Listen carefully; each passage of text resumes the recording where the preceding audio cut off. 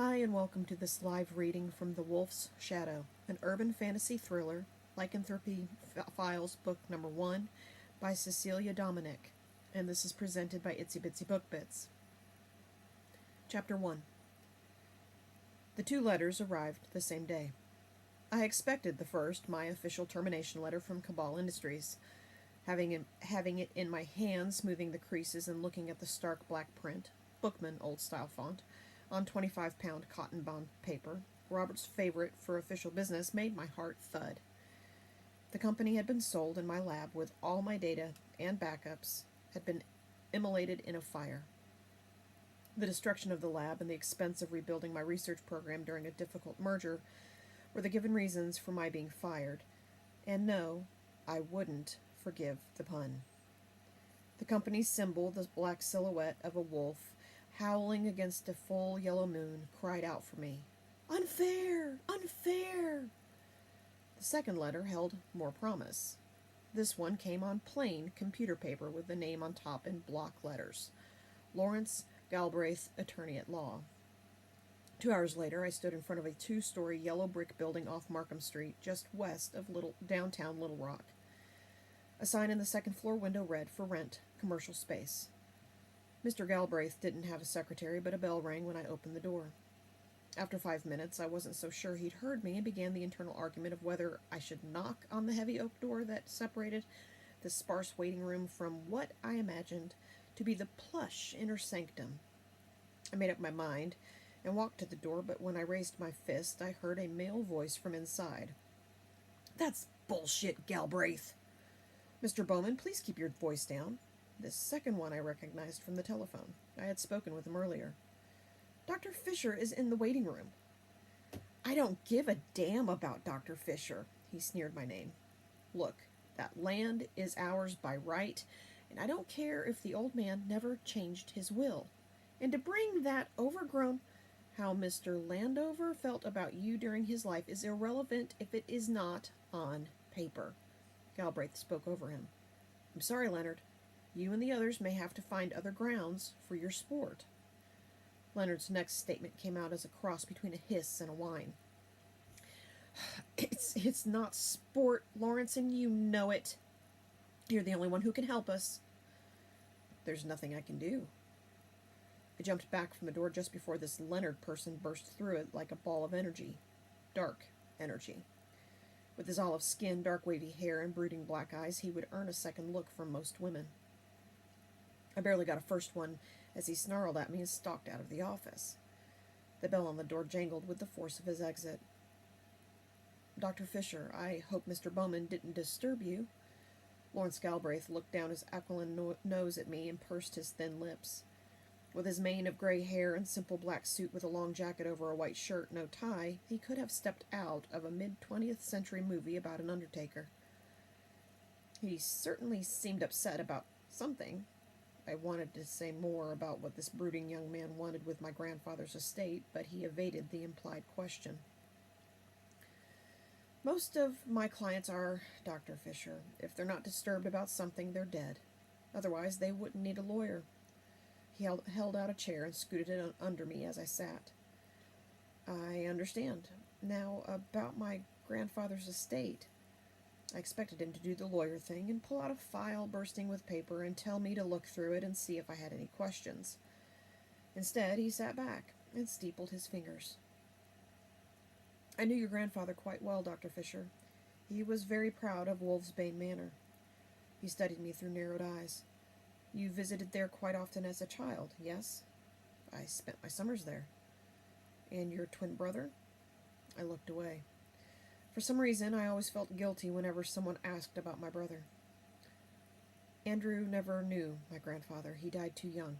My mother didn't have the guts to visit my grandfather again until after my parents started fighting. Apparently, he and my father didn't get along." "He spoke to me about the rift, how it broke his heart to lose his only daughter. He told me you were a lot like your mother." I couldn't catch the rude noise before it escaped. "I don't think so." When I thought about my mother, I remembered the gentle hands that so quickly turned hard when she slapped me. I hadn't spoken to her since I had gotten my first assistantship in graduate school and no longer needed her financial support. He ignored my comment and asked, "How much do you know about your grandfather's estate?" The memories tumbled through my brain so fast I almost couldn't keep up with them. It's up in the mountains and used to be really far away from everything. It took forever to drive there on winding mountain roads. There's a stream that bubbles up from underground near the top of the hill where the house is, and it goes to a river. Anything else? I thought back and tried to untangle murky threads of childhood memory. The house is huge, old-fashioned, with a ballroom and a mural on the ceiling. I don't know what my grandfather did to earn his money, but he seemed to have a lot of it and was very careful spending it. He was immensely careful. Consequently, his estate with house and property and all is worth $500 million. He ignored my astonishment and continued. I told him he had plenty to share between you and your mother, but he insisted the bulk of it go to you. Something about your research. He didn't even know what I did. Really, Mr. Galbraith, we didn't speak at all. It seemed impossible he could have kept up with my career from someplace so remote. Ah, but he followed your career quite closely. He did? He never contacted me beyond the occasional birthday card, especially after I stopped going up there when I was in high school. Yes, he did. He was a researcher in his own right. Is there anything in there for Mother? Guilt welled up like it was my fault. He left everything to me. A small annuity to keep her comfortable until she passes on. He waved my concern away with one hand. It won't dent your fortune overmuch. What am I supposed to do with all that money? Whatever you want. I think you will find enough up there in the hills to keep you busy. What do you mean? His gray eyebrows met over his nose and gave him such an ominous expression I wondered if he practiced it. Have you ever heard of the Landover curse? The what? This was new, but then a memory tickled the back of my brain, whispered conversations outside the room where my brother and I slept in twin beds about something wrong with Mother's side of the family. Something about the set of Galbraith's mouth made me wonder if he mocked me. If it pops up, you'll know. It supposedly skips a generation.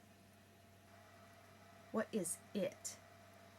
You probably have nothing to worry about, Dr. Fisher. I recommend you go and claim your property as soon as you can. I can help with the arrangements to break your lease and move your things from Memphis. Oh, okay. No, wait. What?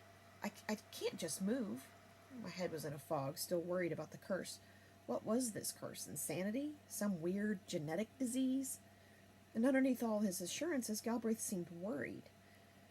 A little line had appeared between his brows. We'll arrange to have movers pack and ship your apartment's contents to the manor, he was saying as he picked up the telephone. Whoa, wait a second. I held up my hands. This is too much right now. I can't just break my lease, pick up, and go. I understand. He reached across the table and patted my hand. You need a little while to absorb all this, but I assure you, it is imperative you move up there and take possession of the property. My eyes blurred with tears. I don't even know how my grandfather died. Galbraith rubbed his temples. I was afraid you would ask. Why? Because I don't know either. When I arrived at Bistro, a little French place in West Little Rock, my head was still spinning. The key to Wolfsbane Manor was nestled in my purse, between my cell phone and my wallet on a keychain that read in bright pink letters, "So not a morning person." After some argument, which I obviously lost, I had handed over the apartment keys to Galbraith, who assured me he would take care of everything, and I could expect my belongings in a few days' time. I'd objected to the hastiness of the move, but I may as well have been talking to the stone lions outside the manor's door. Lana, my best friend, had arrived before me and sat in a booth along the wall.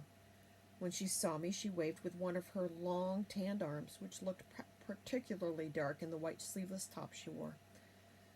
Somebody's been to the tanning booth, I teased as we hugged. I only came up to her shoulder, but I smelled the orange and coconut conditioner she used in her long, dark hair. It's my guilty indulgence. I figure with this job it'll be a miracle if skin cancer kills me first. Even though she meant it as a joke, there was something serious in her topaz-colored eyes. A private investigator turned social worker with the Department of Family and Child Services, she didn't have an easy job. I slid into the booth across from her and picked up a menu. What's going on over there?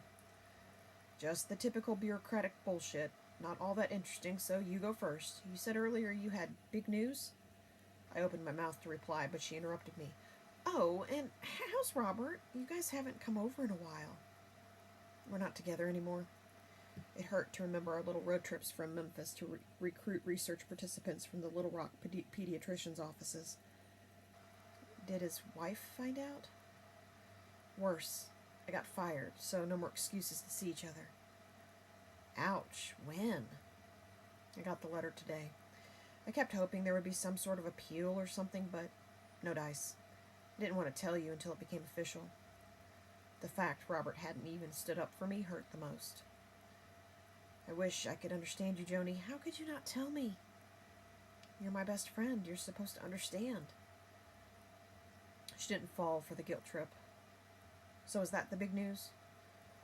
No, I also found out today I inherited my grandfather's estate, so I've got the dinner check.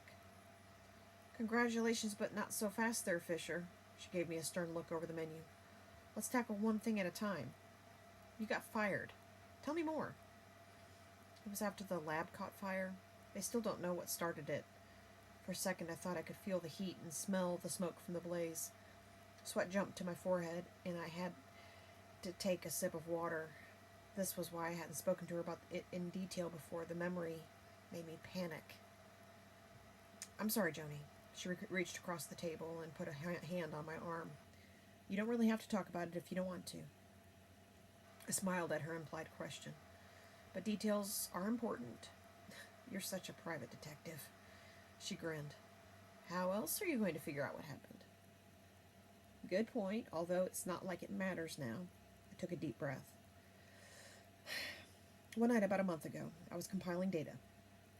Pediatric charts in our statistical spreadsheet. Just talking about it brought me back. I was checking to make sure the information in the files converted into the correct columns in the spreadsheet when I heard my car alarm go off. I jumped down, really annoyed because I was on the cusp of running the first analysis and my lab coat caught on the stool. Really caught. Like the corner of it had gotten stuck in the middle joint where you adjust the height and then twist it in there. I was tugging at it when the smoke alarm went off. When I opened the lab door, the hallway was in flames. The squeeze of Lana's fingers brought me back to the restaurant, and I blinked to clear the after images, which still came to my vision when I talked too much about it. You don't have to say any more, she said. But I had to finish, or I would do so in my head, over and over. So I squeezed the words through the tightness in my chest. I panicked. I shut the door and tried to go out the back way, but the door wouldn't open. It was getting hotter and hotter, and I started coughing from the smoke. Finally, I took the damn stool and threw it through a window. I don't know how. You're a tough little thing. Lana rested her chin on her hands. Even if you don't look it. Caught in the story, I had to keep going.